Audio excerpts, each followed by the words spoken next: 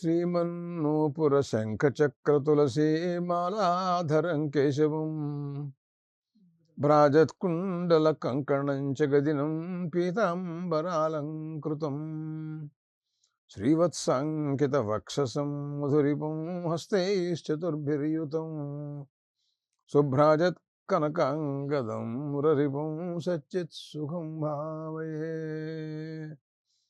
పాథసంయుత మేఘసన్నిభతనుః ప్రద్యోతనస్యాత్మజః ఋణాం పుణ్యకృతాం శుభావహ బపుః పాపీయసాందుఃఖకృతు శ్రీమాన్ దక్షిణ దిక్పతిర్మహిషగో భూషాంబరాలంకృతః జయసంయమనీపతిః పితృగణస్వామీ యమోదండభృతు కిరీటోజ్వలం వస్త్రభూషాభిరామం విచిత్రాసనశీలమిందుప్రభాస్యం నృణాం పాప పుణ్యాని పత్రే లిఖంతం భజే చిత్రగుప్తం సఖాయో యమస్య.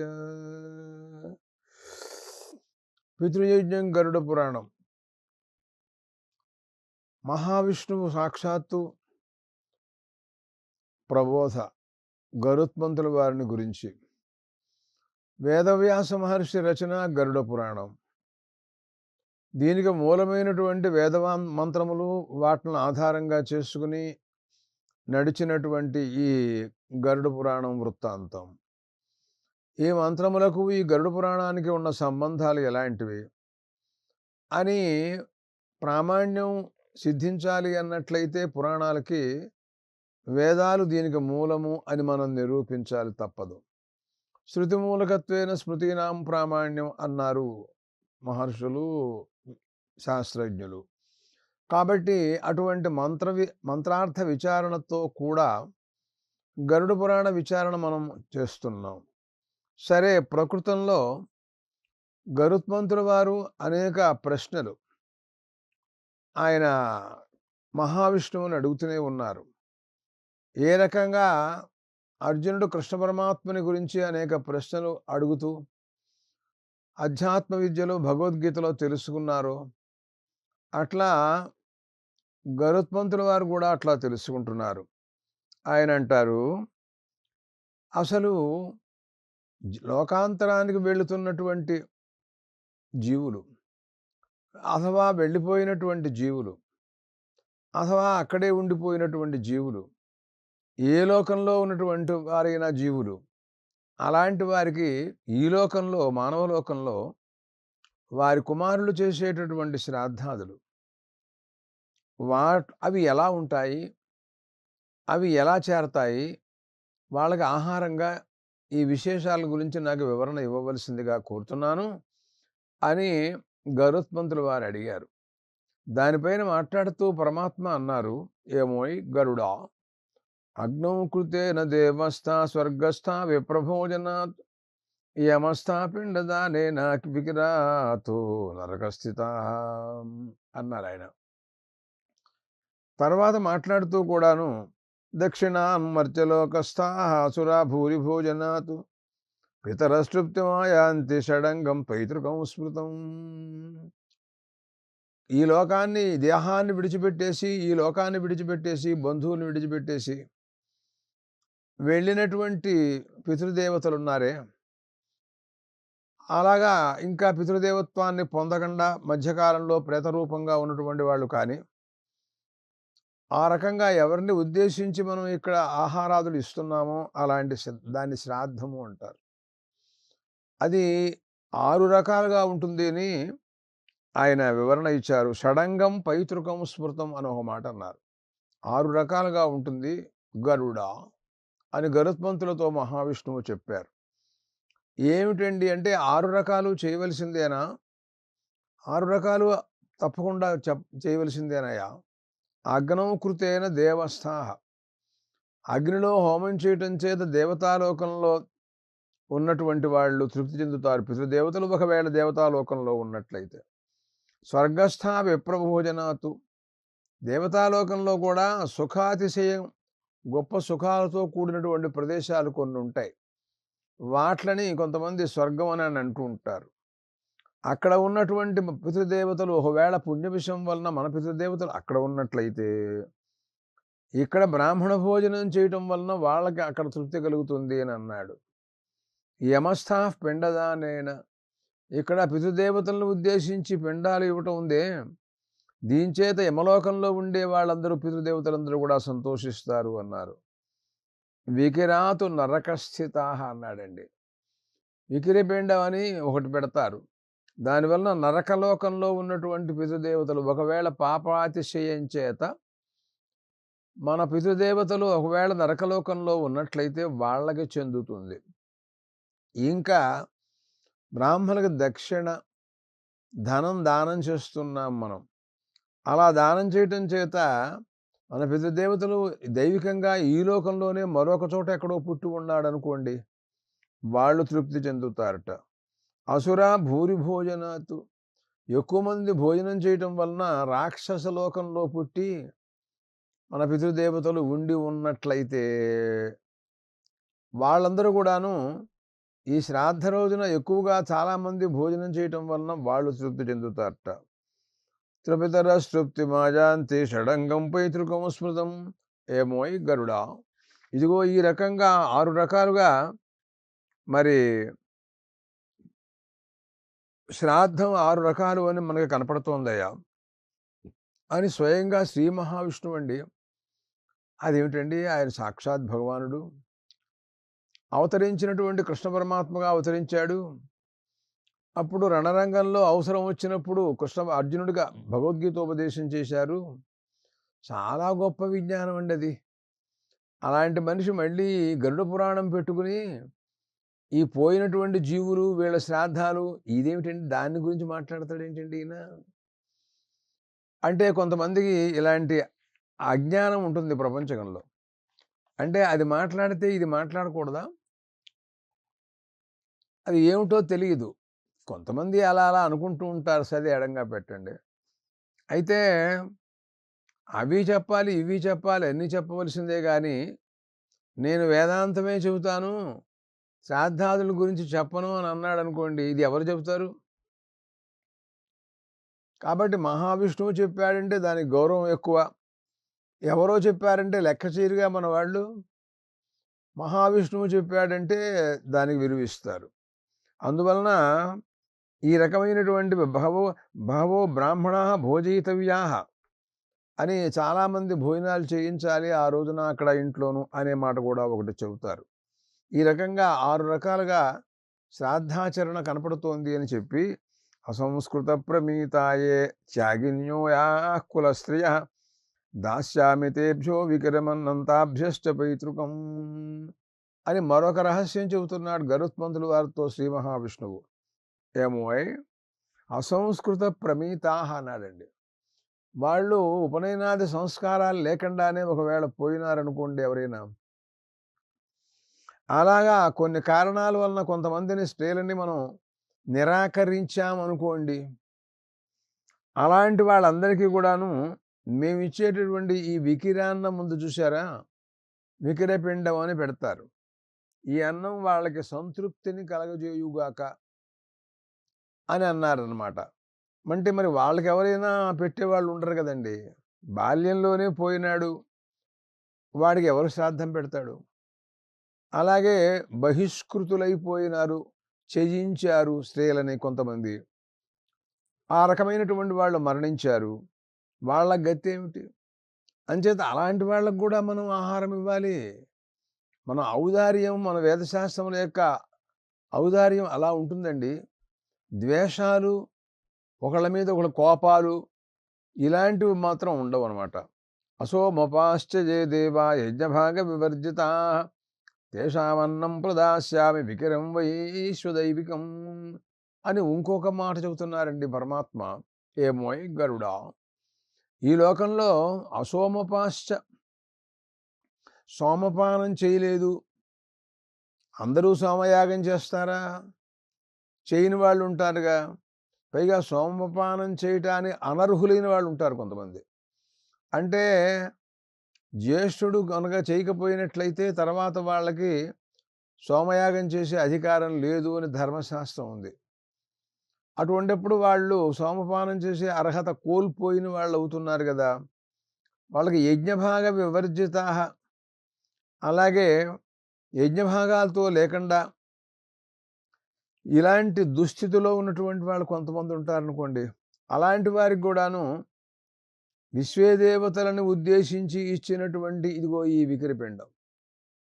వైశ్వదైవికం విశ్వే దేవతోద్దేశేన దీయమానం అన్నమాట. అలాంటి వికిరం ఉందే, ఆ పిండాన్ని మేము ఇస్తున్నాం. అటువంటి వాళ్ళందరూ కూడాను తృప్తి చెందుగాక అని ప్రార్థించుకున్నాడు. తర్వాత మాట్లాడుతున్నాడు ఇంకా కొంతమంది. అంటే ఎలాంటి వాళ్ళనైనా మనం ఆదరించవలసినటువంటి బాధ్యత అండి మనది. యజమానకులే జాతా దాసా దాస్యోన్నకాంక్షిణః తే సర్వే తృప్తిమాయాంతు మయా దత్తేన భూతలే. భూమి మీద పెట్టాడు ఒక వికిరపిండం.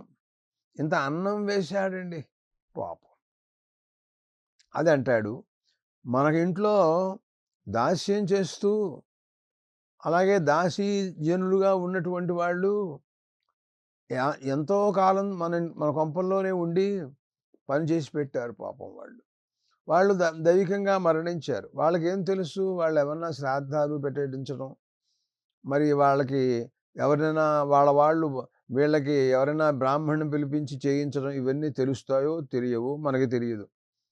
ఒకవేళ అవన్నీ లేకపోయినా సరే, కానీ అన్నకాంక్షిణ ఎవరైనా అన్నాన్ని కాంక్షిస్తారండి సహజంగాను. అన్నం అంటే చాలా విలువైనటువంటిదండి.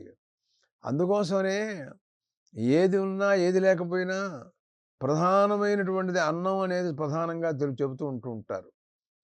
అందుకని అది సాక్షాత్ దాని యందు అన్నమందు బ్రహ్మభావన చేయమని చెప్పిందండి ఉపనిషత్తులు. అన్నం అంటే ఎంతో గౌరవంగా మాట్లాడతాయి. ఎందుకంటే మనం ఆహారం తింటే జీవిస్తాం, లేకపోతే లేదు. తెలీలా. అందువలన దాసాదాస్యు అన్నకాంక్షిణః, వాళ్ళు అన్నం కావాలని కోరుకుంటూ ఉంటారు. దాసీజనులు, దాసులు వాళ్ళందరూ కూడాను మన ఇంట్లో ఎంతో కాలంగా పనిచేసి మరణించారు. తే సర్వే తృప్తిమాయాంతు మయా దత్తేన భూతలే. వాళ్ళందరికీ కూడాను ఈ భూమి మీద నేను ఇంత అన్నం వేస్తున్నా. ఈ అన్నం తిని వాళ్ళు తృప్తి చెందుగాక అని ప్రార్థిస్తున్నాడండి. అంతేకాదు, ఏనగ్నిదగ్ధాయే వా జాతాః కులే మమ భూము దత్తేన పిండేన తృప్తాయాంతు పరాంగతిం అని అంటున్నాడండి. కొంతమంది అరణ్యాల్లో పొరపాటున అరణ్యంలోకి వెళ్ళారు. అక్కడ కారు చిచ్చు అంటుకుని ఆ మంటల్లో బయటికి రాలేక దాహమైపోయినారు పాపం. కొంతమంది ఉదకాలంలో అమాంతంగా నీళ్ళల్లో కొట్టుకుపోయినారండి బాబు. అయ్యో రామ! ఇలాంటి వాళ్ళున్నారు. వాళ్ళకి ఎవరు చూస్తారు? ఎవరు తెలుసు? వాళ్ళు పోయినట్టుగా ఎవరు గుర్తిస్తారు? ఎవరు కర్మ చేస్తారు? వాళ్ళకి ఎలా ఉంటారో తెలీదు గదా! వాళ్ళందరికి గూడాను తృప్తి కలగాలి గదా! వాళ్ళందరికి గూడాను తృప్తి కలగడం కోసమని నేను భూమి మీద ఈ పిండం ఇస్తున్నాను అని అంటాడు. నిజంగా మరి అగ్నిదగ్ధులు, అనగ్నిదగ్ధులు అంటే జలశస్త్ర, విషశస్త్రాదిభ్య అన్నారు గూడాను. అంటే నీళ్ళల్లో కొట్టుకుపోవటమే కాదు, విషం వలన గూడా నశించిపోయిన వాళ్ళు కొంతమంది ఉండవచ్చు. అంటే విషం తాగి చచ్చిపోతారు చూడండి. అలాంటి వాళ్ళకి పాపం. అదేం కర్మో తెలీదు. తర్వాత శస్త్రహతులండి. అంటే బాణాలతో మన యుద్ధాల్లో బాణాలతో చచ్చిపోతూ ఉంటారు కదండీ. అమాంతంగా కొట్టాడు. అయిపోతారు అంతే మనుషులు. అలాంటి వాళ్ళు.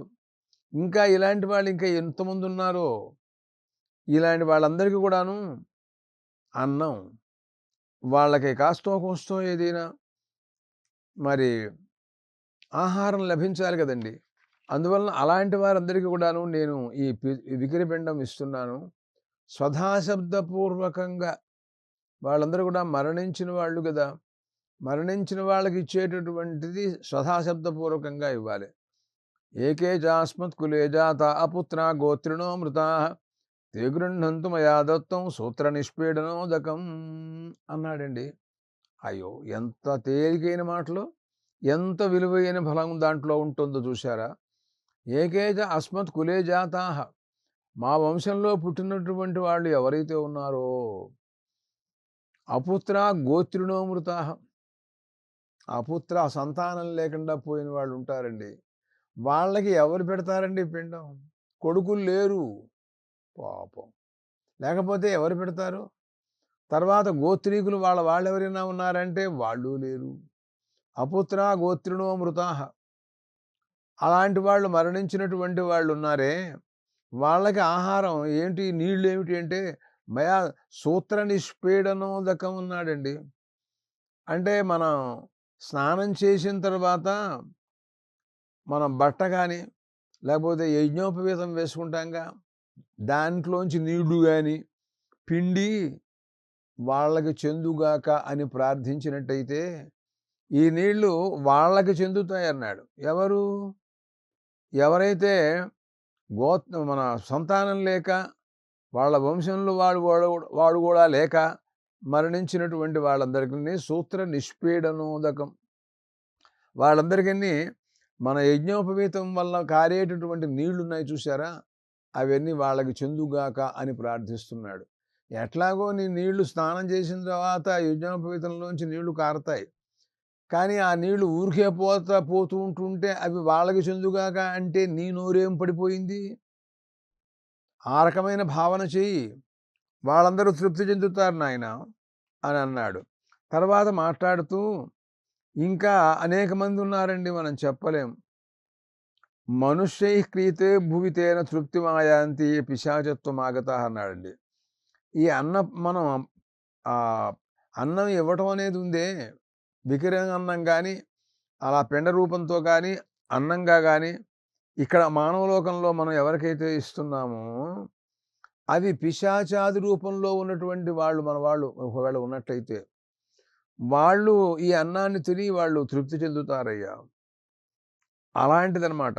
అంటే పాపాతిశయం చేత మన పితృదేవతలు, మన వాళ్ళు ప్రాచీనులు ఎవరైనా పిశాచ లోకంలో ఉండవచ్చు.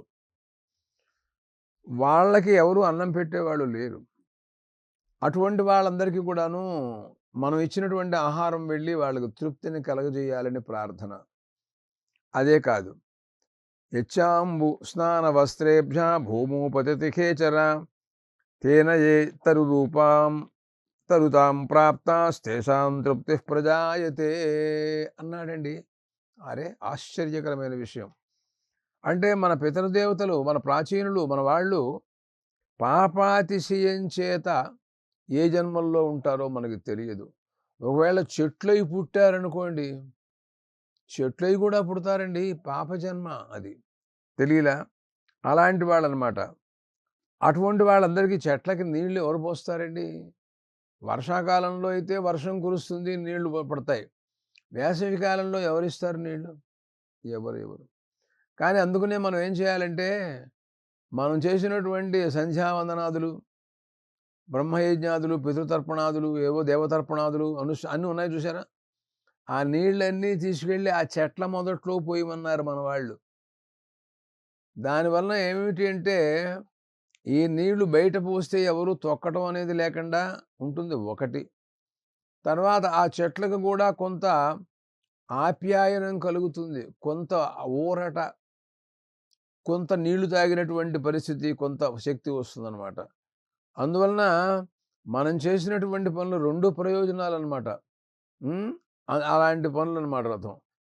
ఆ రకంగా చెబుతూ ఉంటారు. కాబట్టి ఇప్పుడు నువ్వు స్నానం చేసినప్పుడు స్నాన వస్త్రేభ్య, స్నానం చేసినప్పుడు బట్ట నుండి నీళ్లు కారుతూ ఉంటాయి చూసావు? అవి భూమి మీద పడుతూ ఉంటాయి.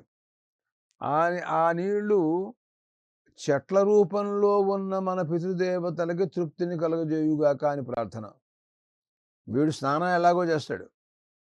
చేసిన తర్వాత వాడి కట్టుకున్న బట్టలోంచి నీళ్లు కారక తప్పదు. ఆ నీళ్లు కింద పడక అంతకంటే తప్పదు. అటువంటి నీళ్లు ఏమవుతాయి అంటే, తరుజన్మ అంటే చెట్టు జన్మలో ఉన్నటువంటి మన పితృదేవతలకి తృప్తిని కలుగజేయుగాక అని ప్రార్థన. ఆశ్చర్యం. అంటే చెట్లయి పుడతారండి మన వాళ్ళు? పాపాతిశయం వల్ల పుట్టక ఏం చేస్తారయ్యా? ఏమిటి అసలు ఆ ప్రశ్న ఏమిటి నువ్వు? అందుకోసమని మహాపాపాలు ఉన్నట్లయితే చెట్లు, పుట్లు, పక్షులు, మృగాలు ఇలాంటి జన్మలు వస్తూ ఉంటాయి. అందువలన అలాంటి వాళ్ళకు కూడా మనం అనుగ్రహిస్తున్నామని మన ఔదార్యం. శాస్త్రాలు ఎలా ఉన్నాయంటే, ఒక ద్వేష దృష్టి మనకేం లేదండి. సమస్త బ్రహ్మాండములు మన ప్రార్థన ఏమిటి తెలుసా అండి? చతుస్సాగర పర్యంతం గోబ్రాహ్మణిభి శుభం భవతు. అందరూ కూడా క్షేమంగా సర్వే జనా సుఖినో భవంతు. ఇదిగో మన ప్రార్థన అది. అలాంటిది కదా. అందువలన యాని గంధాంబూని చైవ పతంతి ధరణీతలే తేనచ ఆప్యాయనం తేషాం ఏ దేవత్వముపాగత అని మరొక మాట. ఏమోయ్ గరుడా, మరొక విషయం చెబుతాను వింటావా అన్నారు శ్రీ మహావిష్ణువు. ఏమిటి అంటే, బ్రాహ్మణునికి గంధం ఇస్తున్నట్టండి శ్రాద్ధకాలంలో. దాంట్లో నీళ్లు పోసాడు గంధంలో. ఆ ఇచ్చేటప్పుడు అది పలచగా ఉండటం చేత కొన్ని బిందువులు కొంత గంధం కింద పడిపోయింది భూమి మీద. అయ్యయ్యో గంధం పడిపోతోంది అని వీళ్ళు అనుకుంటుంటారు. పడిపోవటం మంచిదే అంటున్నాడు ఇక్కడ ఈయన. దానివల్ల ఏం జరుగుతుంది అంటే, ఆ గంధం భూమి మీద పడినటువంటి గంధం ఉందే, మన పితృదేవతలు ఒకవేళ దేవత్వాన్ని పొంది ఉన్నారనుకోండి, ఆ దేవతాలోకంలో దేవత్వాన్ని పొంది ఉన్న పితృదేవతలకి తృప్తిని కలగజేస్తుందిట ఆ నీరు. గంధోదకం. బ్రాహ్మణులకు ఇచ్చే సమయంలో గంధోదకం కింద పడినట్లయితే, భూమి మీద పడినట్లయితే, ఆ జలం అది దేవతాలోకంలో మన పితృదేవతలు ఉన్నట్లయితే వాళ్ళకి తృప్తిని కలగజేస్తుంది అన్నారు.